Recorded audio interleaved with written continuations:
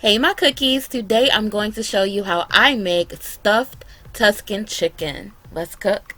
Okay, we're going to start with the garlic and herb cream cheese. This is the kind I use. If you can't find it, don't worry, I'll have a recipe for it in the link in the description box. And to it, I'm going to add some spinach that was thawed and squeezed dry. Next, the sun-dried tomatoes in extra virgin olive oil. That's important, we're going to use that later. But I just roughly chopped them and we're going to add them in.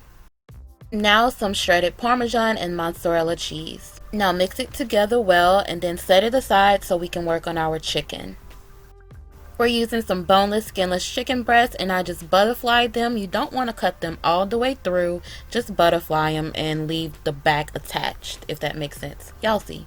Remember that oil the tomatoes are soaking in? Yeah, we're going to use it now. Just drizzle some on the outside of those chicken breasts and rub it in. Now the most important part, the seasoning. Season this chicken. I'll have a list of all the herbs and spices I use, but salt and pepper is not enough. Just season the outside portion of each breast and rub it. I can't ignore the inside. I have to give it a little sprinkle of onion powder. Okay, another important part. Use 1 tablespoon of this stuffing.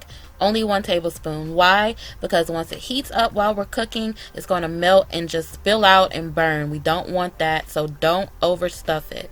Now just press it together to seal. If you need to use toothpicks, go ahead.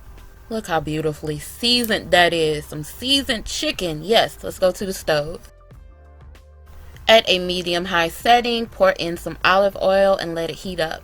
Now add in your chicken boobs and lower the heat to a medium setting.